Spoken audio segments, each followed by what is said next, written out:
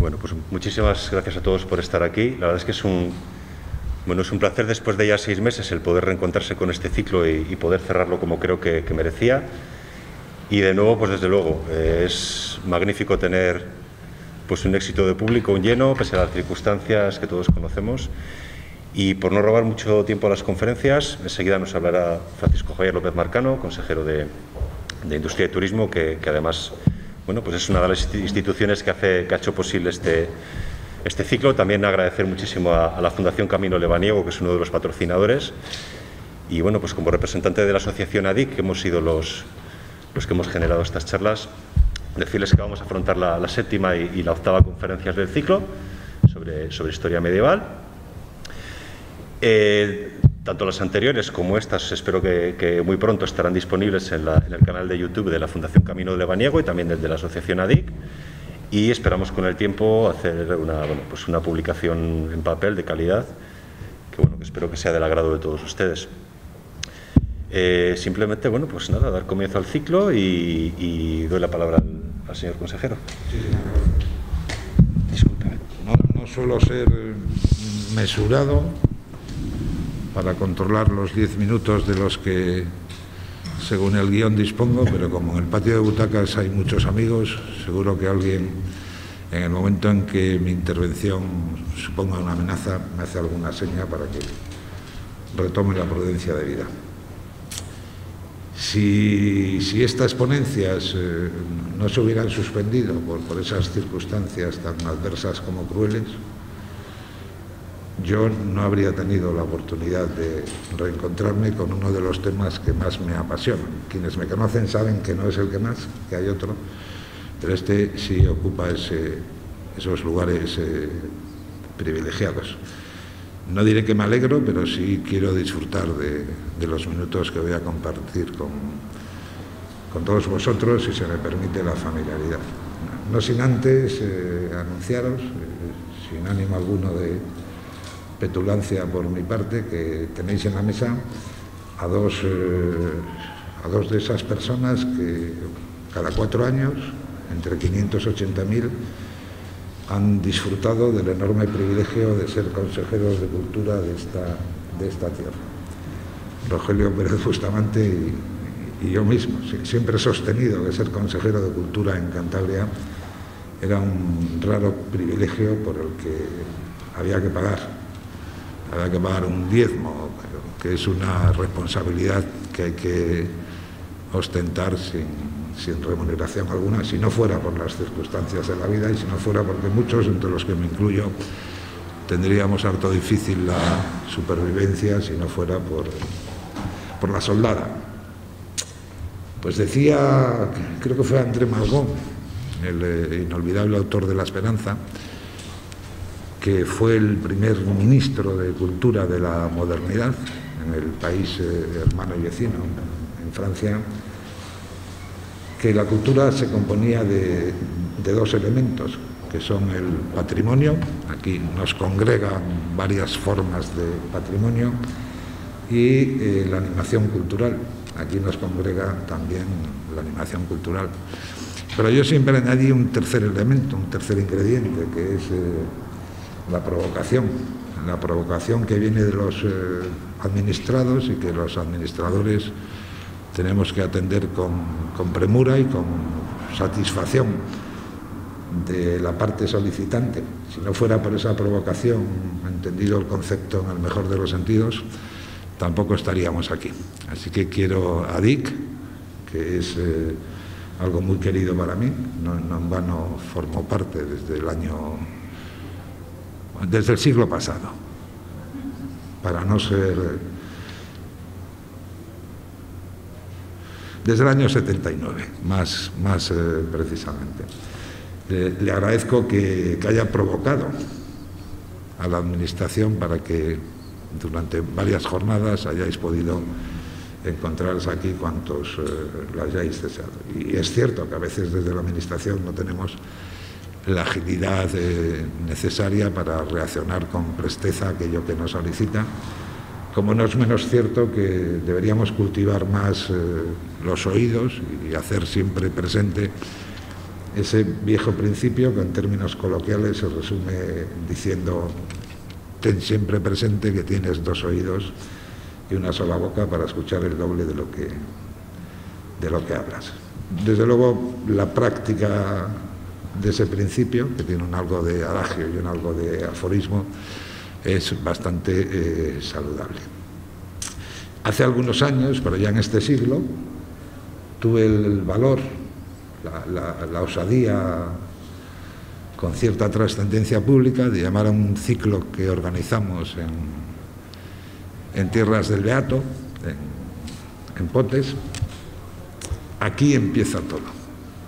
Ese era el título, y si no el título, sí el subtítulo, de una magna exposición que estuvo aderezada con ponencias y también con posteriores publicaciones. Y cuando lo hicimos, no pensábamos que lo íbamos a utilizar como un reclamo turístico, sino como un principio de afirmación. Seguramente el mismo principio de afirmación que algunos años después me hizo colocar en Cosgaya, en Causecadia, en uno de los lugares de más relevancia religiosa de la zona norte de España en los siglos de los que estamos hablando, una estatua de Pelayo, muy cerca del Prau Pelayo, muy cerca de Subiedes, muy cerca del Monte Pelayo, absolutamente convencidos de que lo que estábamos haciendo tenía tantísimo sentido. El mismo sentido que tenía una expresión que yo creo que se atribuye a Goethe: Europa se construye peregrinando hacia Santiago de Compostela.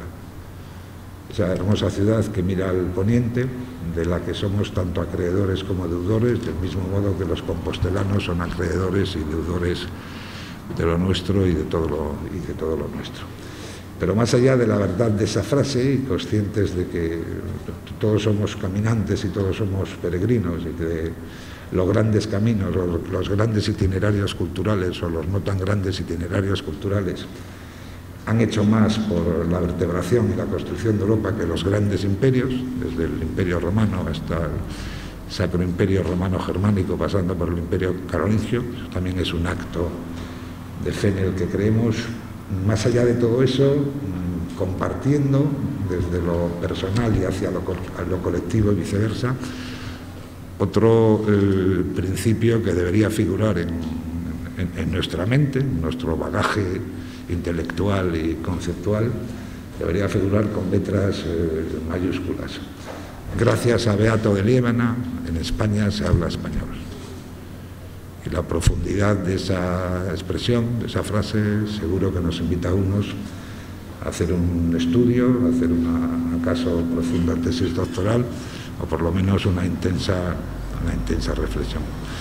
De manera que también quiero agradeceros, no solo a Dick y a los ponentes, y incluso a aquellos que trabajan conmigo en la consejería, en cualesquiera de las ramas de una frondosa consejería, que tiene tantas partes que bien pudiera constituir 2 consejerías, incluso más. Además de sumarme a esos agradecimientos, quiero ser yo el agradecido, porque actos como este, ponencias como estas, conferencias de rigor y de calidad como estas, contribuyen a combatir, yo creo que uno de los vicios, no diré el que más, no soy partidario de afirmaciones absolutas, sí uno de los vicios que más daño nos está haciendo, hablando en términos de seriedad y en términos de rigor, que es el presentismo, esa tendencia totalmente desmesurada que nos hace reflexionar sobre los hechos pasados o muy pasados, pretéritos, con criterios del presente. A mí eso me parece tan sumamente arriesgado como carente de ese rigor y de esa seriedad intelectual que necesitamos antes de emitir juicios, ya sean hablados o ya sean escritos. Actos como este suponen, entre otras muchas cosas, un antídoto contra ese presentismo. Suponen también una provocación y suponen también un aldabonazo, una llamada, un toque de atención para que no solo reflexionemos los aquí presentes, que todos somos más o menos conocedores de las materias sobre las que versan las conferencias, sino para que no incurramos en la irresponsabilidad de pensar que los demás saben tanto como nosotros, ni en la irresponsabilidad de callar nuestros conocimientos, de no transmitirlos, de no compartirlos, porque eso, si sea o no se tenga vocación pública, sí es con total claridad una forma de irresponsabilidad. Así que os animo a todos a hacer lo que... Esto puede ser superfluo, porque la mayoría, incluso todos, lo podéis hacer en vuestros quehaceres cotidianos, tanto personales como laborales, a que os convertáis en portavoces de una causa que nos hace sentirnos orgullosos de nuestras mayores contribuciones a la cultura universal, que para mí tienen mucho que ver con el color y son, no sé si indiscutiblemente, pero seguro que algunos compartís mi opinión, que son dos hechos fundamentales. El primero, el del primer núcleo de población que hubo en Cantabria, los hombres de Altamira. Gracias a Altamira se descubrió el color. Y las incomparables iluminaciones del Beato, que tienen mucho que ver con aquella frase de Goethe y con la frase incluso de Humberto Eco. De todo eso tenemos que ser portavoces, sabedores de que los caminos vertebran y sabedores de que todos somos caminantes que recorremos las huellas pasadas para respetarlas y para mejorarlas con nuestro recuerdo, pero también con vuestro rigor, y que todo eso contribuye a que nos sintamos parte de esa cosa grande, indestructible que se llama España, tal como reza a la ribera del río Saja, pero siendo al mismo tiempo ciudadanos del mundo, que es una de las exigencias obligatorias que el tiempo que vivimos requiere. Encantado de participar en esta actividad. No dejéis de provocarnos, los tiempos son propicios para que sigamos abundando en esto desde hoy hasta lo que resta de legislatura, que es de lo que a mí me es dado hablar, porque el final de esa legislatura coincide con un hecho cultural, religioso, ético, turístico, que propicia el diálogo entre la fe y la cultura, entre la cultura y nosotros, entre nosotros y la fe, como es el hecho lebaniego. Gracias a todos y en ese camino que va de aquí al 2023, por hablar de lo más inmediato, espero que nos encontremos con harta frecuencia. Muchísimas gracias.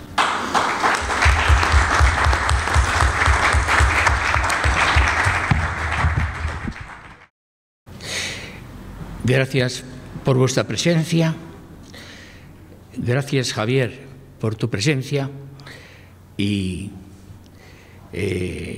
os voy a contar cuál es la razón de mi exposición y de mis primeras palabras. Cuando un grupo de arqueólogos o historiadores amigos decidimos poner en marcha este ciclo de conferencias, concluimos iniciarlo fundamentalmente con unas aportaciones sobre la arqueología.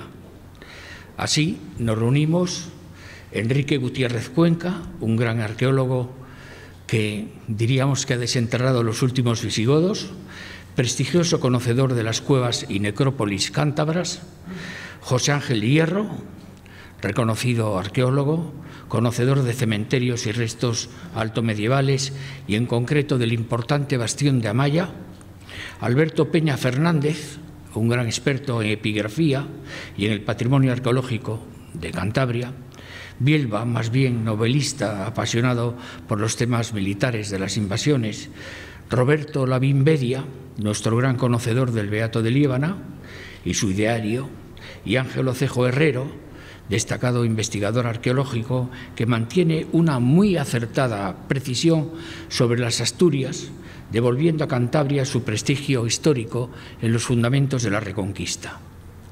Desde ADIC y con la Fundación Camino Lebaniego, promotora de la realización de este ciclo, con Marín Sánchez, ingeniero de caminos, canales y puertos, apasionado investigador de la Cantabria primitiva y ahora de su mitología real. Finalizamos en el Molino de Villanueva de la Peña este proyecto, que concluye hoy con mi intervención y la participación de Luis García Moreno, catedrático de Historia Antigua y prestigioso miembro de la Real Academia de la Historia, sobre el emblemático tema del Ducado de Cantabria, como expresión de aquella entidad singular en los orígenes de la llamada Reconquista. Luis fue entonces, hace ya casi 50 años, una fuerte voz cuando presentar el protagonismo de Cantabria en los orígenes de la Reconquista parecía una atrevida aventura intelectual. Hace ya casi 50 años que Luis, compañero y amigo, me explicó sus tesis sobre el Ducado de Cantabria. Acababa entonces de terminar y publicar su gran obra Prosopografía del Reino Visigodo. Medio siglo después tendré hoy la suerte de escucharle, porque ha aceptado venir a este ciclo, lo que es un honor para nosotros y para Cantabria. Llegada la hora de fijar mi intervención, entendí oportuno volver a ocuparme del origen de nuestro territorio de Cantabria, de nuestras villas, pueblos, aldeas, comarcas, recordando en el emblemático año de 1981, en el que Miguel Ángel Revilla, economista que acababa de fundar hacía pocos años el Partido Regionalista de Cantabria, y yo habíamos publicado un libro titulado Temas de Cantabria, Historia y Economía, donde yo por mi parte traté de ofrecer la singularidad histórica y administrativa de Cantabria y el camino hacia una nueva realidad en el marco de la Constitución del 78, mientras que Miguel Ángel Revilla planteaba las razones estructurales del estancamiento económico de la región y la manera de superarlos. Aquel año fue histórico, pues el 31 de diciembre de 1981 el rey Juan Carlos I firmó el Estatuto de Autonomía de Cantabria. Revisando aquel escrito y explotadas las fuentes documentales y narrativas, entiendo que la arqueología sigue siendo la principal fuente que nos puede aclarar los siglos más oscuros de nuestra historia, el tiempo que va desde la Cantabria primitiva hasta la Cantabria visigoda. Los fenómenos que se suceden a partir de la invasión musulmana precipitaron el ritmo de la historia y fue entonces cuando se produce la más importante fijación de nuestro poblamiento histórico, el que da origen a nuestros territorios singulares, a nuestras aldeas, a nuestras villas y finalmente a nuestras ciudades. Mientras la arqueología va avanzando, el conocimiento del poblamiento de aquellos años aún desconocidos, pongamos nuevamente el contrapunto en las primeras referencias documentales que aparecen desde fines del siglo VIII y que nos permiten situarnos en los escenarios de las invasiones germánicas y musulmana en los que comenzamos nuestra intervención. Tres simbólicos escenarios de la frontera de la Cantabria hispano-romana: Montecildá, Monte Bernorio y Amaya. Las invasiones germánicas del siglo V afectaron el territorio de la Cantabria primitiva. Los cántabros romanos continuarían ofreciendo resistencia a los grupos invasores. Montecildá, que para muchos albergó la ciudad cántabra de Bellica, y Monte Bernorio se constituyeron en baluartes de los antiguos cántabros por su ubicación estratégica. Las excavaciones de los yacimientos se habían iniciado hace más ya de un siglo por el segundo marqués de Comillas. En Cildá se encontrarían una treintena de estelas funerarias correspondientes al siglo III. Miguel Ángel García Guinea descubriría años después las murallas defensivas y multitud de objetos, estelas sepulcrales, aras, inscripciones honoríficas, un largo etcétera. Eduardo Peralta Labrador documentaría la primera tésera cántabra conocida hasta entonces, conteniendo una inscripción de origen celta. El mayor protagonismo lo seguiría teniendo Amaya, la antigua ciudad asentada en lo alto de Peñamaya, un macizo de 1.377 metros situado en Sotresgudo, en una estratégica situación como vigía y puerta de acceso desde la meseta central a la cordillera cantábrica. topónimo indoeuropeo que quiere decir ama o madre. El significado de Amaya es el de ciudad madre, o como se le denominaría en adelante, la capital. Amaya aparece citada en el itinerario de Barro datado hacia mediados del siglo III, aunque esta Amaya no parece ser la burgalesa, sino otra más localizada al oeste. La costa cantábrica sería entonces asolada por las incursiones bárbaras, y Dacio narra las consecuencias de una expedición de los érulos contra la costa en el año 456, quienes produjeron una cruel depredación en los lugares costeros marítimos de Cantabria. Nuevamente Amaya aparecerá en el cronicón de Juan de Víclaro, que narra los sucesos acontecidos entre los años 567 y 589, en la que se explica que el rey visigodo Leovigildo atacó Cantabria en el año 574 para expulsar a los provinciepervasores, identificados como suevos, vascones, francos, pero de modo general hace referencia a usurpadores del poder desde la óptica del reino visigodo. En el escenario de Amaya se sitúa un conocido episodio que para nosotros es emblemático, la vida de San Millán, donde se cita la curación de una paralítica de Amaya, así como que el santo ve una visión, la destrucción de Cantabria, visión que comunica a un senado. La asamblea desprecia a San Millán por boca de uno de sus nobles, Abundancio, y el santo profetiza que él sufrirá la destrucción de Cantabria en sus propias carnes, y así sucedería en la campaña del 574. En efecto, Leovigildo somete la región en 581. La toma de Amaya por Leovigildo aparece representada en el siglo XI en la arqueta de marfil conservada en el monasterio de San Millán de la Cogolla con la inscripción Ubi Leovigildus Rex Cántabros afficit, en donde el rey Leovigildo castigó a los cántabros. Un siglo después, el 13 Concilio de Toledo, y no me extiendo porque sé que Luis va a ampliar esta referencia, celebrado en el 683, aparecerá firmado por 8 duques provinciales, 2 más que los existentes hacia el 653. Se supone que estos 2 últimos son los de Cantabria y Asturias, el primero con sede en Amaya, pero lo cierto es que la cita directa a este ducado se produce ya con ocasión de la conquista musulmana en el 712. En la crónica albeldense se dice que el padre de Alfonso I de Asturias era el dux Pedro de Cantabria, y se cita a Amaya, que en el 712 sería conquistada por las tropas musulmanas encabezadas por el bereber Tariq ibn Ziyad, con 3 propósitos distintos: destruir el centro de poder visigodo en esta zona norte, apresar a los nobles refugiados en el bastión de Amaya tras la huida de Toledo y apoderarse de sus riquezas, asegurando el dominio de la vía Lugo-Astorga-Zaragoza paralela a la cordillera. El duque Pedro abandonaría esta plaza y buscaría refugio al otro lado de la cordillera, donde empieza a organizarse la resistencia en colaboración con Pelayo en la zona occidental, con quien emparenta merced al matrimonio de su hijo, el futuro Alfonso I, y la hija de Pelayo, Hermesinda. Ante el abandono bereber de la meseta norte a mediados del siglo VIII, Alfonso I y su hermano Fruela realizan correrías en las que toman las principales ciudades, entre ellas Amaya, pero no las pueblan, sino que se llevan consigo al norte a los pobladores cristianos que encuentran. Se inicia así un periodo de la historia en el que se sitúa el despoblamiento del territorio de la futura Castilla y el repoblamiento de la Cantabria intramontana.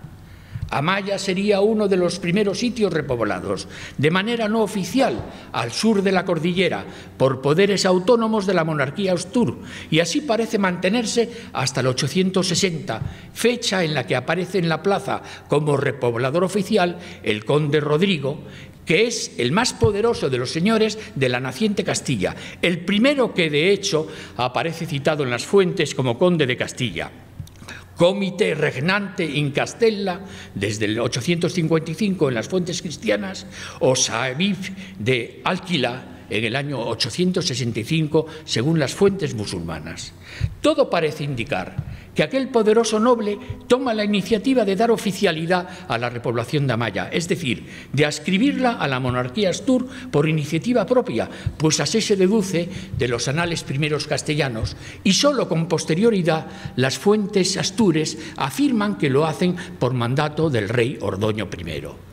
Tomando como base la plaza de Amaya, tan vinculada a la legitimación del poder visigodo por su antigua capitalidad, Rodrigo, noble y primer conde de Castilla para algunos, supuesto hijo de Ramiro I de Asturias y paterna a su segunda mujer, recibe del rey Ordoño I el gobierno de la marca oriental del reino de Asturias, el territorio que los árabes llaman Alquila, los castillos, repoblando Amaya. In era 898, populavit Rudericos comes Amaya, e iniciando la expansión castellana a los llanos. Su hijo Diego Rodríguez, apodado el Porcelos, será el que funde Burgos en el año 884. El proceso de cristianización de la Cantabria hispano-goda. Hace ya 44 años, Joaquín González Echegaray abordaría en breves páginas las escasas noticias que se poseían de la religión de los cántabros, aludiendo, entre otras, al dios Erudino, así denominado en un ara muy conocida del año 161, aparecida en la cima del Pico d'Obra junto a Torrelavega, y a cultos de tipo naturalista, referidos sobre todo a las montañas sagradas, como Peñasanta, Peñasagra, Mozagro, Montsacrum, al lado de Mazcuerras, Picojano, Suano. A ellos añade la pervivencia en las lápidas funerarias, las aras romanas dedicadas a las Cibeles y a Júpiter. A un Júpiter Cantabricus se dedicaría un templo en Roma, y ya en el Bajo Imperio, a los primeros pasos del cristianismo, que en su opinión se deben a un movimiento de carácter monacal que florecería en la España visigoda y que repercutió en el norte, inicialmente en el Alto Ebro. Un personaje esencial sería Toribio de Palencia, quien en el siglo VI, según tradición, junto a unos monjes, escogería un lugar escondido entre los pliegues del monte de la Biorna para vivir entregados a la oración y a la vida comunitaria bajo la guía de un abad. San Ildefonso de Toledo, en su Vida de los varones ilustres, se refiere a este santo Toribio de Palencia y a su misión para destruir el culto de los ídolos en la región de Cantabria. Hoy he oído en la radio que la Consejería de Cultura, el Gobierno de Cantabria, va a restaurar la iglesia de San Juan de Socueva en Arredondo, que está calificada una de los 8 monumentos que están más en peligro de destrucción y que es una pieza esencial de la recuperación histórica de la Cantabria medieval. Así que le agradezco a Javier y al Gobierno de Cantabria que la noticia del peligro de este monumento inmediatamente se nos anuncie a los cántabros que, al contrario, hay un gran proyecto de rehabilitación de ese monumento y de su conjunto. Las vías de comunicación de la Cantabria altomedieval. El poblamiento de la Cantabria altomedieval estaría facilitado por las vías de comunicación existentes en un territorio que, como todos sabemos, presentaba grandes dificultades orográficas. El 50% del territorio de Cantabria está por encima de los 600 metros de altitud y el 75% a más de 200 metros. La red viaria de Cantabria empezaría con Roma.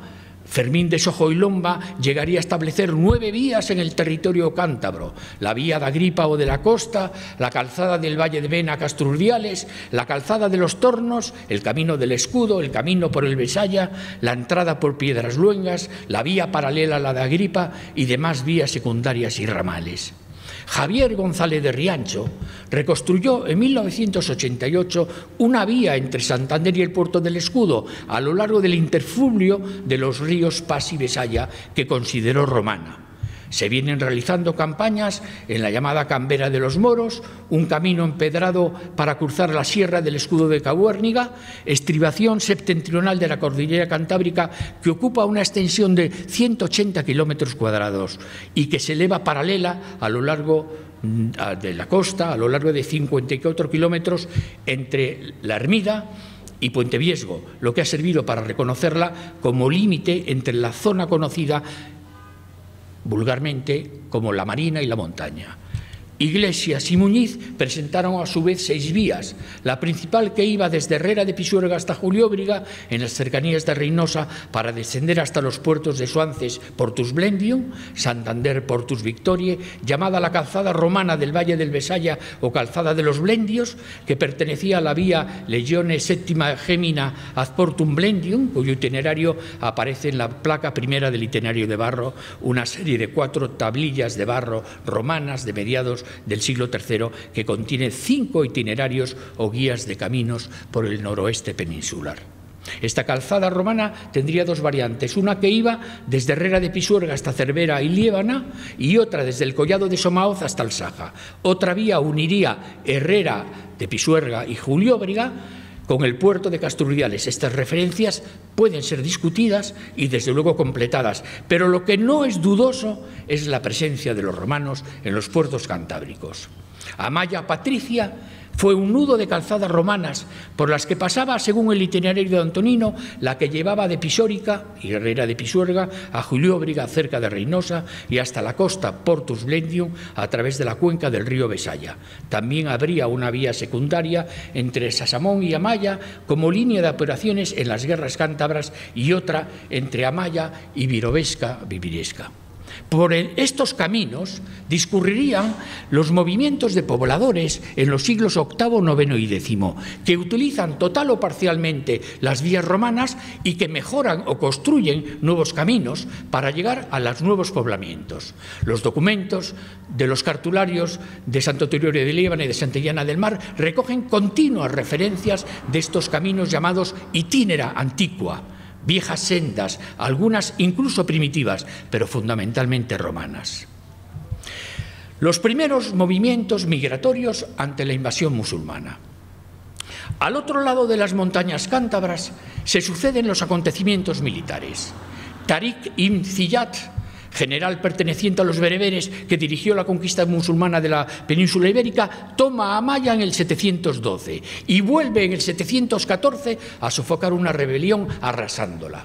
El duque Pedro huye a las montañas del norte.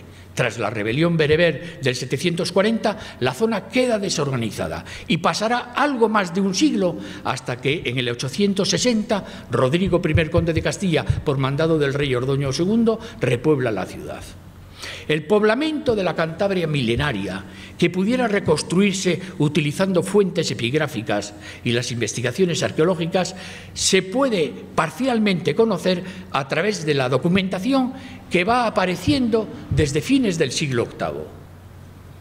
Los inicios parten de la llamada Crónica Rotense, la versión más antigua de la crónica de Alfonso III, que utiliza una crónica perdida de Alfonso I, 739-757, cuyo texto escrito en latín vulgar dice así en su versión castellana: muerto Fáfila por un oso en el segundo año del reinado en la era de 777, año 739, es elegido rey por todo el pueblo Alfonso, que por gracia divina toma el cetro del reino. La osadía de los enemigos fue siempre aplastada. Por él tomó muchas ciudades con sus villas y aldeas, matando además por la espada a los árabes y llevando consigo a los cristianos a su patria. Este texto prosigue del siguiente modo: Eo tempore, populantur Asturias primorias Líbana trasmera, supporta Carrantia Bardulias, quinum vocitatur Castella. E pars maritima et Galicie, Álava nanque Vizcaie, Acione et Urdunia, a suis reperitur semper esse possessas, situd Pampilonia. Hic vir magnus fuit, Deu et omnibus amabilis estitit, baselicas multat fetit, visit in regno, morte propia discesif. Por aquel tiempo, dice este texto en castellano, se pueblan Asturias, Primorias, Liébana, Trasmiera, Sopuerta, Carrancia, las Bardulias, que ahora se llaman Castilla, y la parte marítima de Galicia, pues Álava, Vizcaya, Acione y Orduña, se sabe que siempre han estado en poder de sus gentes, como Pamplona y Berrueza, Este fue un varón grande y querido por Dios y por todos. Hizo muchas basílicas, vivió en el trono 18 años, falleció de muerte natural. En efecto, proclamado rey Alfonso I entre julio y noviembre del 739, intensificó la labor de reconquista. La sublevación de los bereberes en el 741 provocó la huida hacia el sur de los árabes que se habían asentado en Galicia, en Astorga y en general al norte de la Sierra de Guadarrama, y esto fue aprovechado por el nuevo monarca para ampliar las fronteras de su reino, anexionando Galicia y el norte de Portugal y emprendiendo campañas devastadoras contra las zonas ocupadas por los musulmanes. Expresamente, esta referencia de la crónica plantea la emigración hacia el norte y fundamentalmente a la parte más occidental de la antigua Cantabria y a nuevas circunscripciones territoriales definidas ahora con los nombres de Liébana, Trasmiera y Bardulias, que corresponde a Valdeporres, Otoscueve y Montiga, a Sopuerta y Carranza, estos últimos lugares ya en el antiguo territorio autrigón que probablemente ya había enlazado con los cántabros. El dialecto románico castellano, esta inmigración resulta decisiva en la aculturación del territorio de la Cantabria primitiva, donde precisamente se sitúa el origen de la lengua castellana. El dialecto románico castellano, uno de los precursores de la lengua española, se considera tradicionalmente originario en el sur de Cantabria y al norte de Burgos, con influencia posible vasca y visigótica. Los textos más antiguos que contienen rasgos y palabras similares al castellano son los documentos escritos en latín y conocidos como cartularios de Valpuesta, conservados en la iglesia de Santa María de Valpuesta, en Burgos, un conjunto de textos que constituyen copias de documentos desde el 804 al 1200 que recogen un latín deformado, asaltado por una lengua viva que ya aparece en los escritos. Corresponde precisamente al año 800 la primera aparición de la palabra Castilla escrita en un documento. Se trata de la fundación del monasterio de San Emeterio y San Celedonio de Taranco de Mena, 15 de septiembre del 800, que nos permite considerar la repoblación del territorio del Valle de Mena al oeste con el cántabro Valle de Soba y que comprendía la zona en torno a Espinosa de los Monteros. Se tiene constancia de la existencia de este territorio gracias a la documentación escrita por el abad Vítulo en un monasterio del Valle de Mena en torno al año 800, et San Martini, quem subictionem mene manibus nostris fundabimus ipsam basilica in civitate de area patriniani in territorio Castelle. Según Aniano Cadiñanos, el área era una zona defensiva protegida, enclave donde se localizó el Castella Castra Paterni, una de las fortalezas erigidas a fines del Imperio Romano y con continuidad en la época visigoda, cuya función era el control y la vigilancia de los pueblos del norte. Se cree que este fue el primer castillo de Castilla, pues estudios arqueológicos lo han datado a fines de la época visigoda, aunque asentado sobre restos anteriores posiblemente romanos. El centro de este núcleo de repoblación será el monasterio de San Emeterio de Taranco. A este monasterio donan Vítulo y Hervigio todas las tierras que han recuperado en la carta de 15 de octubre del 800. Otra referencia, para mí más interesante, sobre el proceso repoblador se sitúa al occidente de Cantabria. Se trata de una carta de donación del 1 de julio del 811 que nos habla sobre la donación que Guduigia hace al recién fundado monasterio de San Vicente y San Cristóforo de Fiéstoles. Incluye en su donación el propio monasterio, así como territorios en Cabárceno, Fiéstoles, Esles, Paniacos, Penagos. Firma el documento, entre otros, el abad del monasterio Sisnando, siendo obispo Quintila. Unos años después, este monasterio se va a ver favorecido por el conde Gundesindo, probablemente gobernador de estas tierras de la también llamada Asturias, luego las Asturias de Santillana, de Trasmiera y de la incipiente Castilla. El documento es de 30 de noviembre del 816 y en él Gundesindo dona a dicho monasterio diversos territorios de la actual Cantabria situados en el Valle de Pas, en Liérganes y en el territorio de Castilla, donando las siguientes villas: Sauctus Cova, Sotoscueva; Cornelio, Cornejo; Bótares, Mozares; Plátanos, un despoblado enfrente de Barcenilla de Cerezos, que está entre Ormaza y Espinosilla, que es Espinosa de los Monteros. 4 años después, el 16 de febrero del 820, otro diploma confirma la donación por parte del obispo Quintila y de la monja Subildi de una serie de monasterios de Mortaria, en Mortera, de Liencres, las villas de Arce, Crunia, Túlex y Bo, evidentemente, al monasterio de San Vicente de Fiéstoles. El diploma dice que los dona a su sobrina Gogina, que puede ser la misma Gudilla que junto con el abad Sisnando había fundado el monasterio en el 811. Pasando al interior de Cantabria, un documento del 818 nos informa de la fundación de San Pedro de Narova en Liébana, donde varios monjes de la zona de Cervera de Pisuerga, Flavius y Trasicus de Cervaria, Arias y Aldefonso, prometen obediencia al abad Árgilo. En el territorio de Liébana, seguramente, por sus especiales condiciones, se produciría un importante repoblamiento coincidiendo con la intensificación de la vida religiosa producida por la fundación de una serie de monasterios instalados en la Cantabria transmontana, entre ellos San Martín de Tama, San Facundo de Tanarrio, Santa María de Cosgalla, Santa María de Leveña, Aguascálidas en la Hermida y, sobre todos ellos, el monasterio de San Martín, al que a mediados del siglo VIII, hacia el año 760, llegaría Beato de Liébana. Solo recordarlo, unas frases. Beato, nacido hacia el 730, probablemente no originario de los montes cantábricos, sino de Toledo o incluso de Andalucía, elige el monasterio de San Martín para establecerse y pronto adquiere una reputación de gran erudición, pasando a ser preceptor y confesor de la hija de Alfonso I, la futura reina Adosinda, que casaría con el rey Silo, monarca desde el 775 al 783. Lo importante es que la Cantabria transmontana había sufrido una importante venida de gentes a causa de la inseguridad que la meseta ofrecía a sus habitantes como consecuencia de la presión musulmana. Los avances musulmanes proseguirían en todo aquel periodo. En el 792, Abd al-Malik ben Mughith saquea Álava. Se dice que condujo al ejército al país de los francos y penetró en la región de Álava, de donde volvió sano y salvo con el botín que había logrado. En el 795, Abd al-Karim ben Mughith saquea Álava y Al-Aila, Castilla, llegando hacia cerca de la costa cantábrica. En el 801, Muavilla saquea Álava y Al-Aila, Castilla, derrota cordobesa en las Conchas de Arganzón.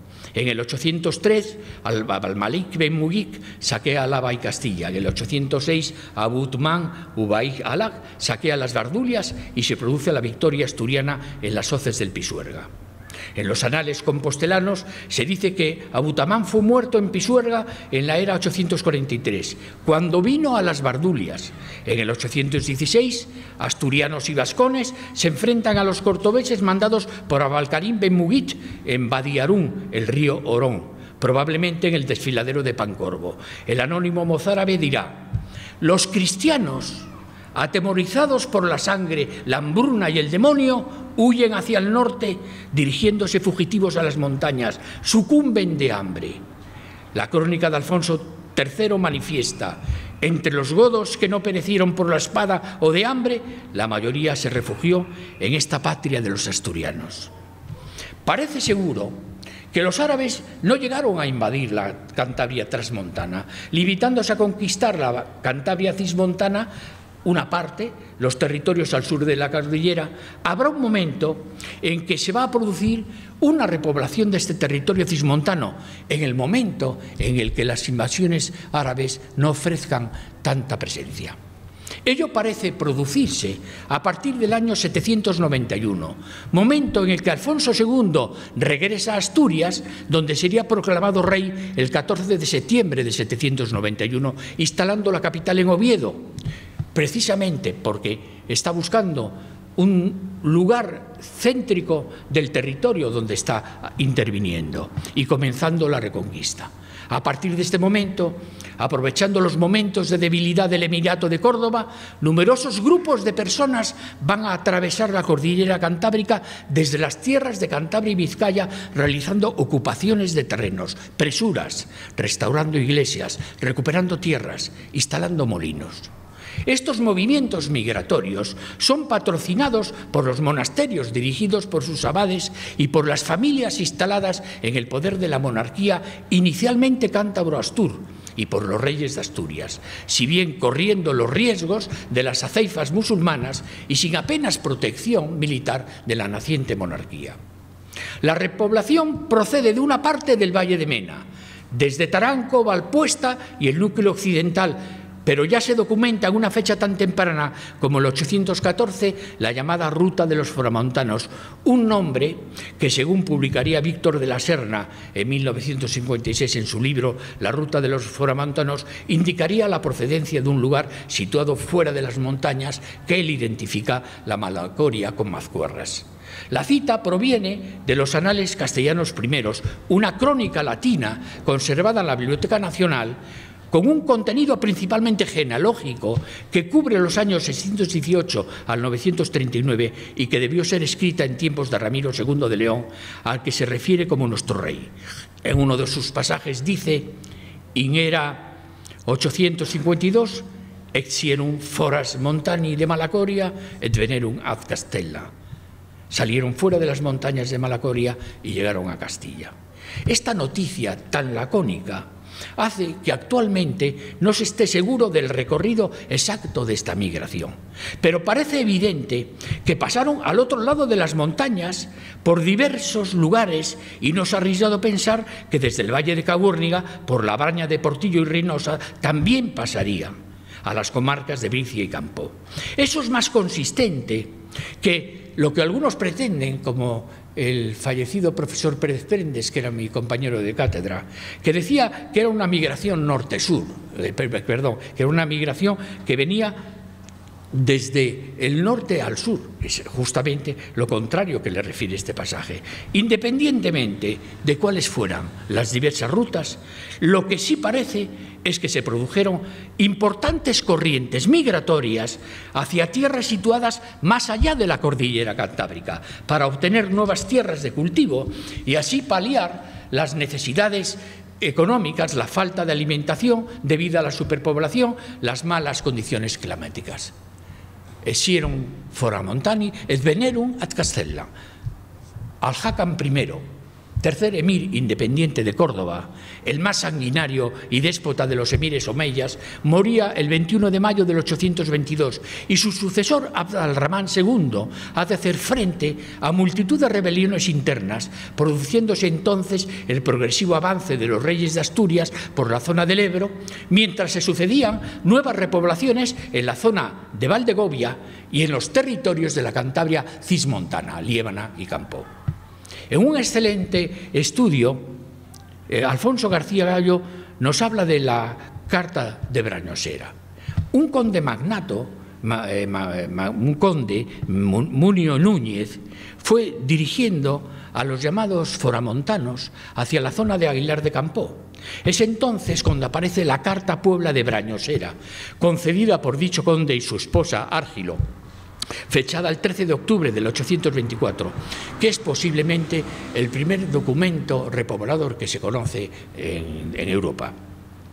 El estudio de García Gallo cambia la fecha, data la fecha cuando menos 72 años posterior, puesto que el documento lo hemos conocido a través de sucesivas transcripciones, a la que consta en el texto, considerando en todo caso que este poblamiento es una avanzada del reino astur ante un territorio desierto aún no reconquistado y expuesto a las incursiones musulmanas.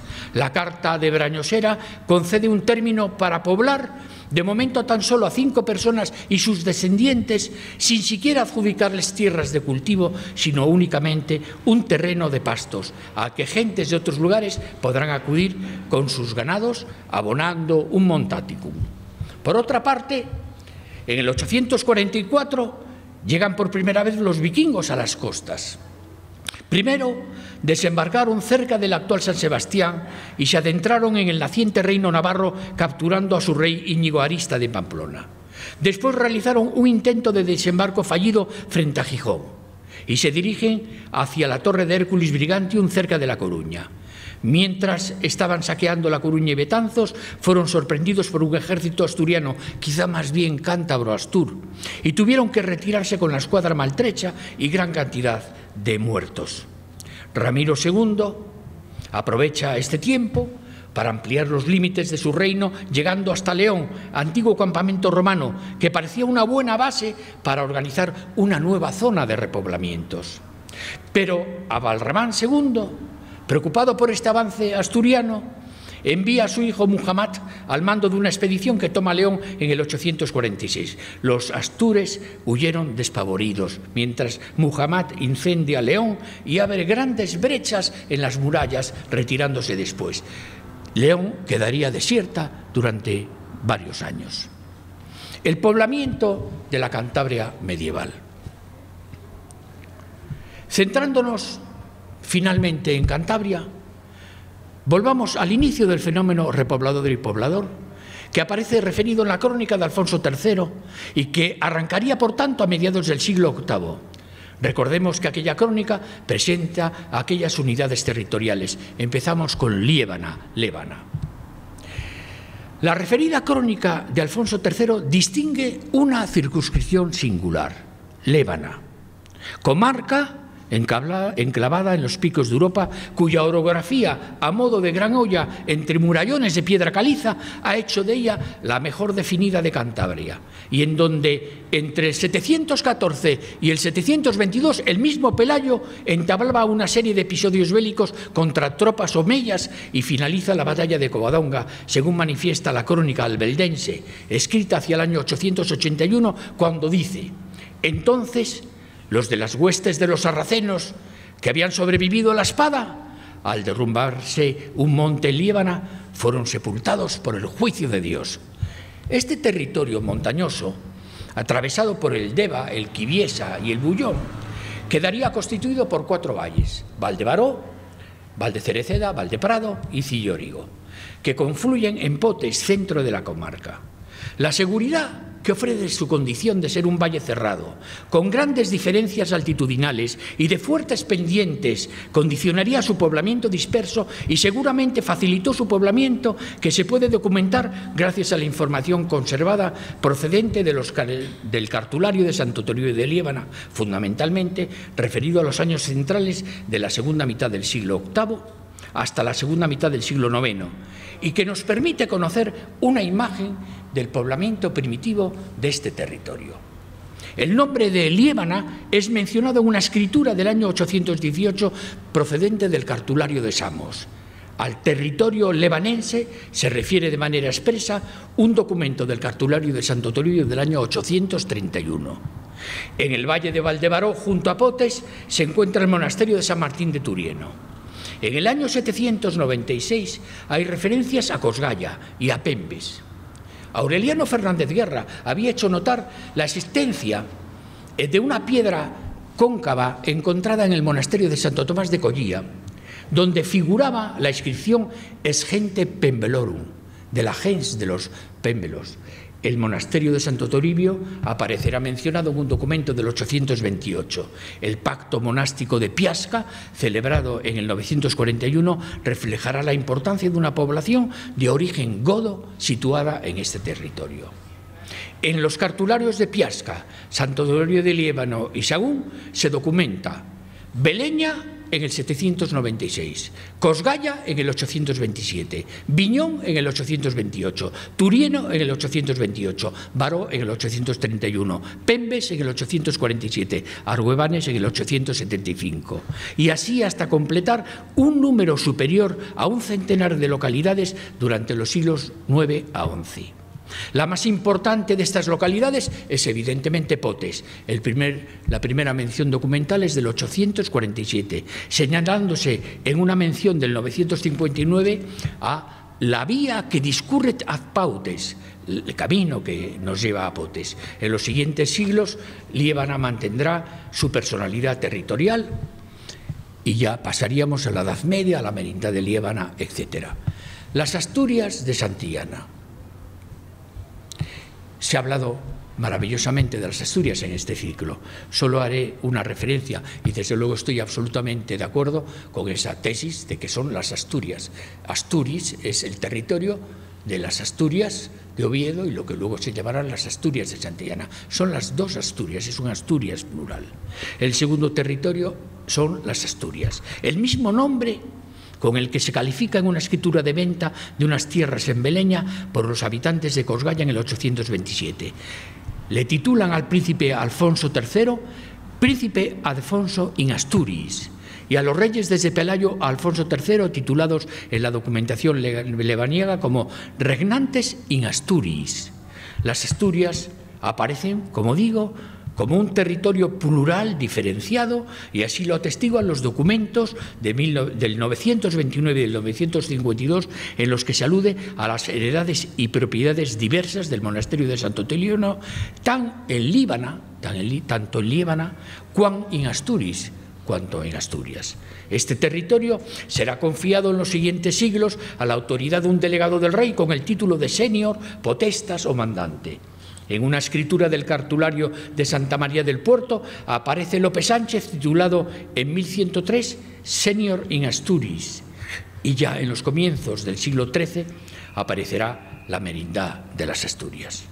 Entendemos, por tanto, que esta denominación abarca durante los primeros siglos, sin distinción, todo el territorio costero y de los valles interiores, ocupados anteriormente por cántabros y astures, pero hay un momento en que volverá a aparecer una distinción entre las Asturias orientales y las Asturias occidentales, como consecuencia de la influencia que en el territorio occidental tendrá la abadía de Santillana. En el siglo IX, los documentos lo sitúan en un lugar que se llama Planes, en el 870.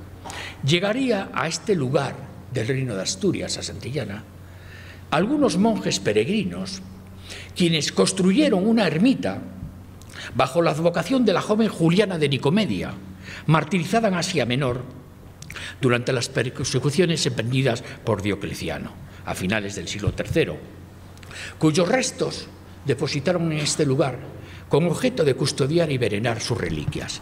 El monasterio prosperó bajo la protección de la nobleza local y fue el rey Fernando I de Castilla en 1045 quien le dio el impulso definitivo a través del otorgamiento de importantes privilegios, uno de los cuales consistió en poner bajo la soberanía del abad de Santillana la villa y sus posesiones.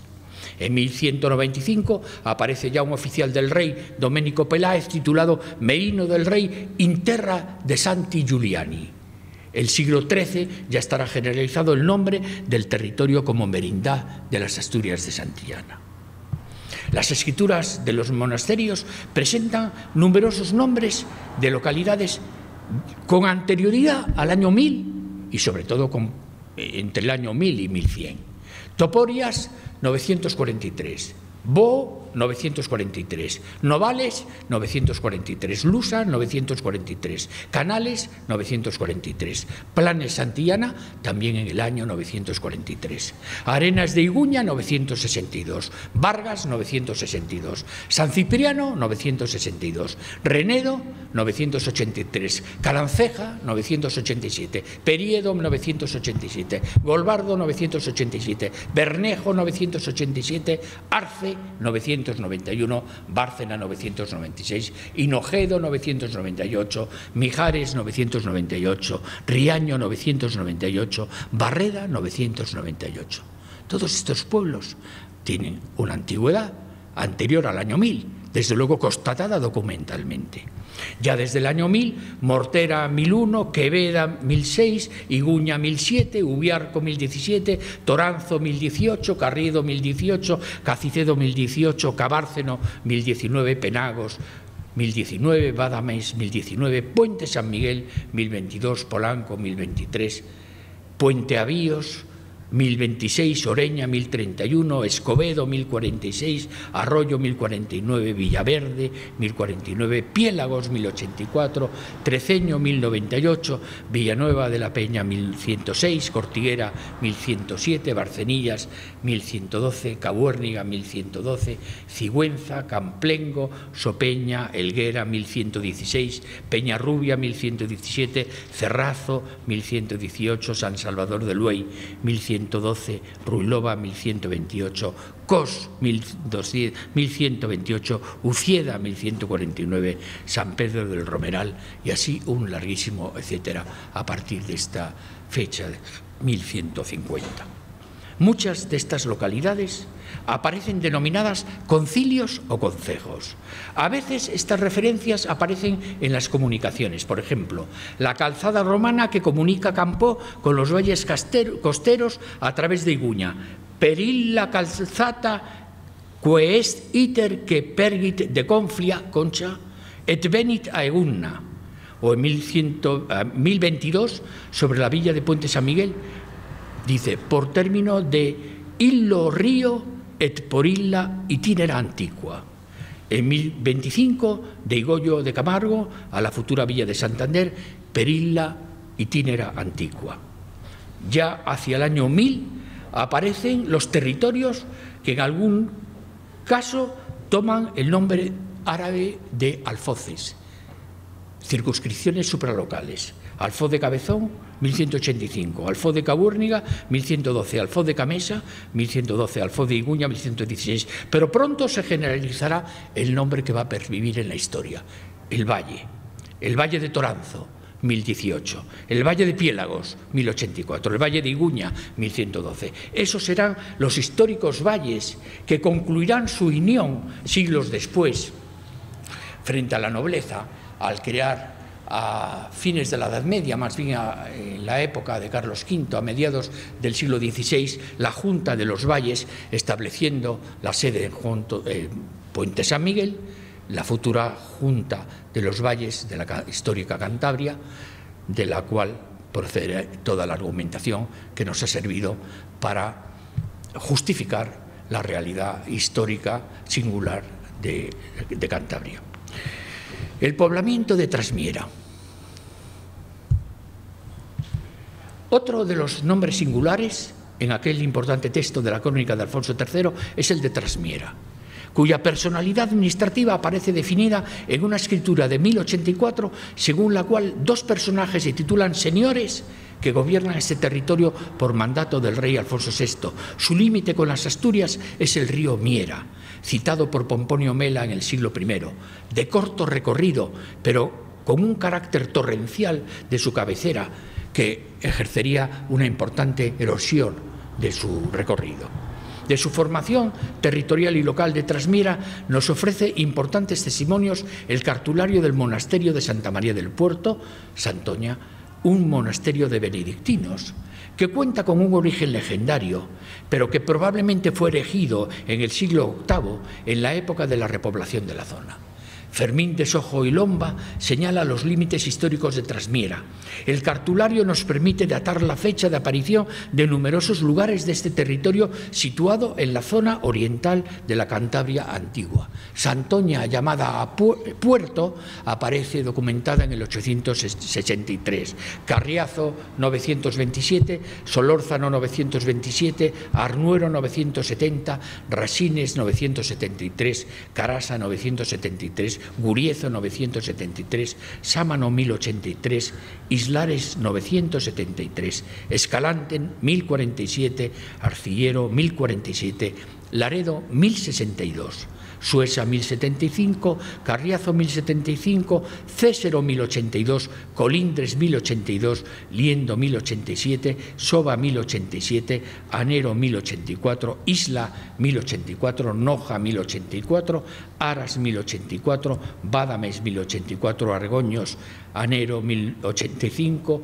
Meruelo, Becio, Rituerto, Nutes, Castillo, Soba 1086, San Juan de Rís 1095, Quejo 1095, Aras, Cirviago, Ambrosero, Rasines 1122, Riva, Fresnedo, Susvilla, Olio, Cabarga, Pámanes, Güemes, Noceda, Toralla, Bárcena de Cícero, Adal.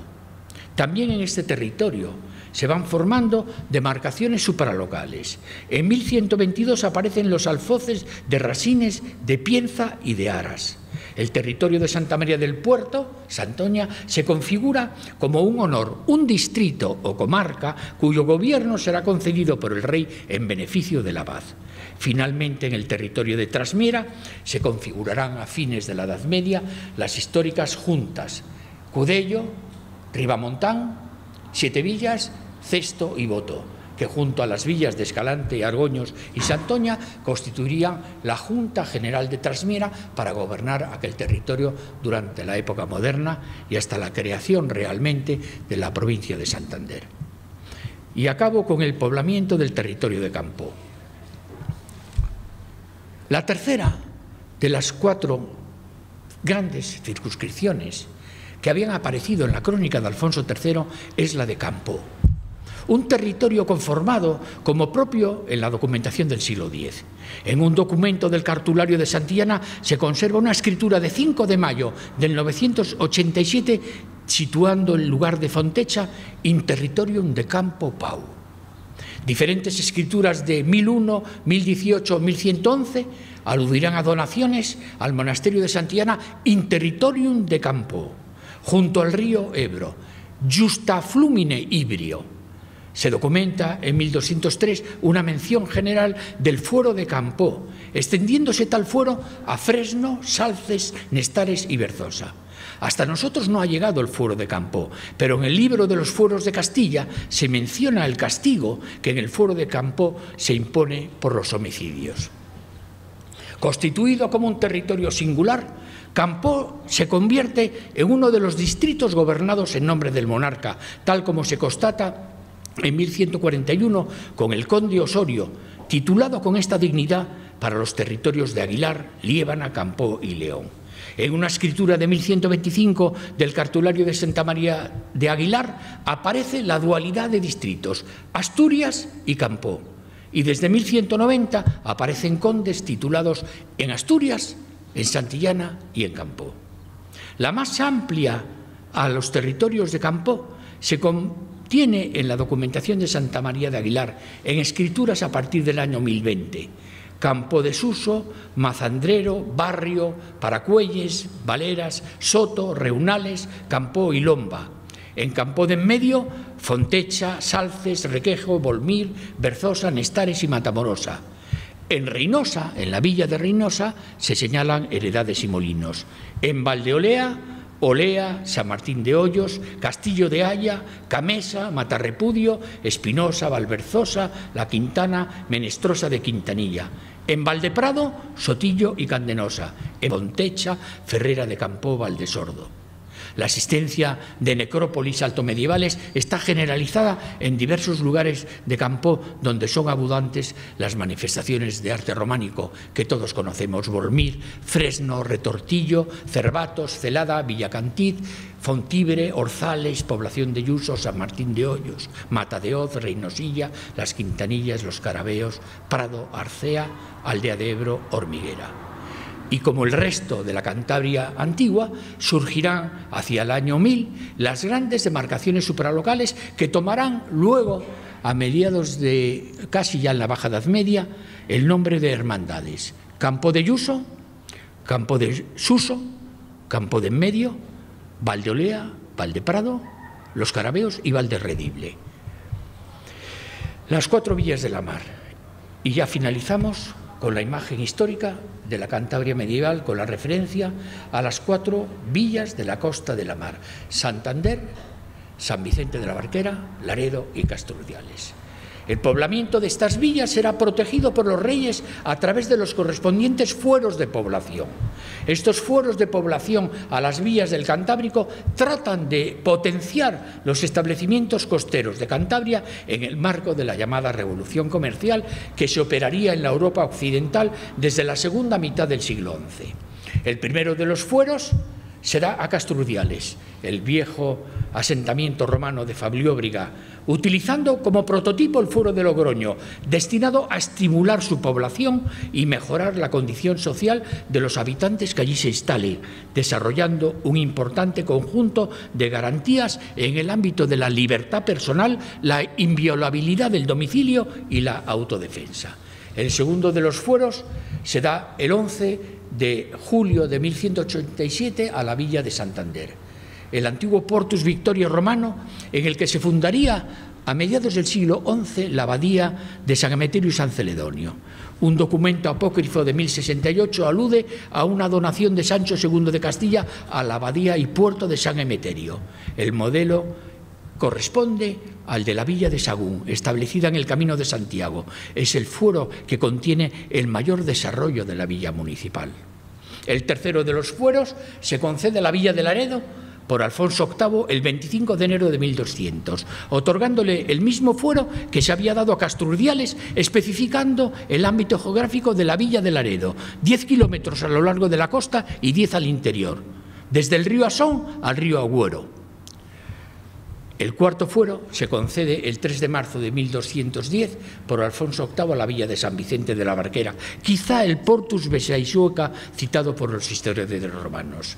A esta villa se le otorga el fuero de San Sebastián, un viejo fuero que a aquella villa le había sido otorgado por el rey Sancho de Navarra en 1180 con la idea de fortificar su marina, elevando un lugar a categoría de villa. Y de esta manera se completaban los inicios del poblamiento medieval de la Cantabria histórica, cuyos fundamentos y cuya personalidad harán posible justificar la personalidad geográfica, histórica y cultural de Cantabria. Ello nos permitiría documentar aquella singularidad para obtener su reconocimiento constitucional como entidad singular de la nación española, recuperando el nombre nunca perdido de Cantabria. Muchas gracias.